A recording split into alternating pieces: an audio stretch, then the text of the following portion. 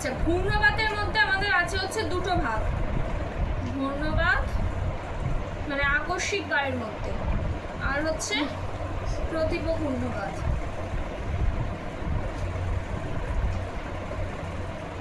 ঘূর্ণবাত হচ্ছে স্বল্প পরিসর স্থানে হঠাৎ বায়ুচাপ কমে গেলে সেই অঞ্চলে বায়ু ঊর্ধ্বমুখী হয় এবং চাপের সমতা রক্ষার জন্য পার্শ্ববর্তী উচ্চচাপ অঞ্চল থেকে বায়ু চক্রাকারে নিম্নচাপ অঞ্চলের দিকে প্রবেশ করছে।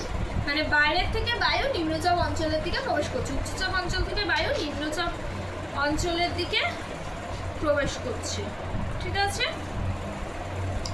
এবং কুণ্ডলী পাকিয়ে ওপরে উঠে যাওয়ার চেষ্টা করছে এবং কেন্দ্রমুখী প্রবল বায়ু যেটা থাকছে সেটাকেই বলা হচ্ছে ঘূর্ণবাত, যার প্রভাবে আমাদের ঝড় বৃষ্টি বড় বড় সাইক্লোন এগুলো সবকটাই হয়। ঘূর্ণবাতের আবার আমাদের হচ্ছে দুটো ভাগ রয়েছে, ক্রান্তীয় ঘূর্ণবাত আর হচ্ছে নাতিশীতোষ্ণ ঘূর্ণবাত। ক্রান্তীয় ঘূর্ণবাতে কি হচ্ছে, ক্রান্তীয় ঘূর্ণবাত দু প্রকার, ক্রান্তীয় ডিপ্রেশন এবং ক্রান্তীয় ঝড়। ক্রান্তীয় মণ্ডলে কম শক্তিশালী ও দুর্বল ঘূর্ণবাত হচ্ছে ডিপ্রেশন, মানে যেটার প্রভাবে খুব বেশি ঝড় হয় না, খালি বৃষ্টিপাত হচ্ছে।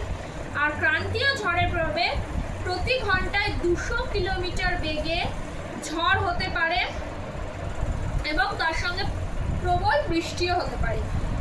ক্রান্তীয় ঝড়ের উদাহরণ হচ্ছে আমাদের টর্নেডো। এরপরে আসছে হচ্ছে ক্রান্তীয় ঝড় কোথায় কোথায় কি কি নামে পরিচিত। ক্রান্তীয় ঝড় যেমন চীন সাগর হচ্ছে টাইফুন, আরব সাগর ও বঙ্গোপসাগরে সাইক্লোন, তাইওয়ানে টাইফু, ক্যারিবিয়ান সাগরে হ্যারিকেন, ফিলিপাইনে ব্যাগিও, উত্তর অস্ট্রেলিয়ায় উইলি এবং আমেরিকায় হচ্ছে মার্কিন যুক্তরাষ্ট্রে টুইস্টার নামে পরিচিত।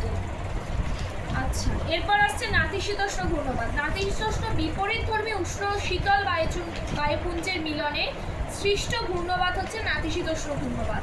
নাতিশীতোষ্ণ মণ্ডল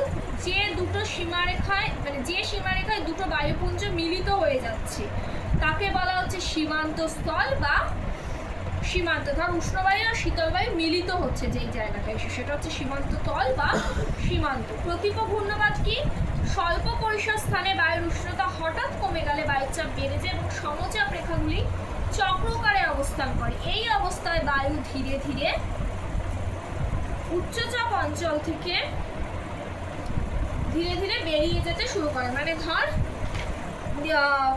ঘূর্ণবাতে কি হচ্ছিল, নিম্নচাপ অঞ্চলের ভেতরে প্রবেশ করছিল বায়ুটা, আর এইখানে এই নিম্নচাপ অঞ্চল থেকে বায়ু ক্রমশ বাইরের দিকে বেরিয়ে যাওয়ার চেষ্টা করছে উচ্চচাপ অঞ্চলের দিকে। দুই মেরু ও উপমেরু সংলগ্ন অঞ্চলে প্রবল শৈত্যের কারণে প্রতীপ ঘূর্ণবাতের উৎপত্তি হয়েছে।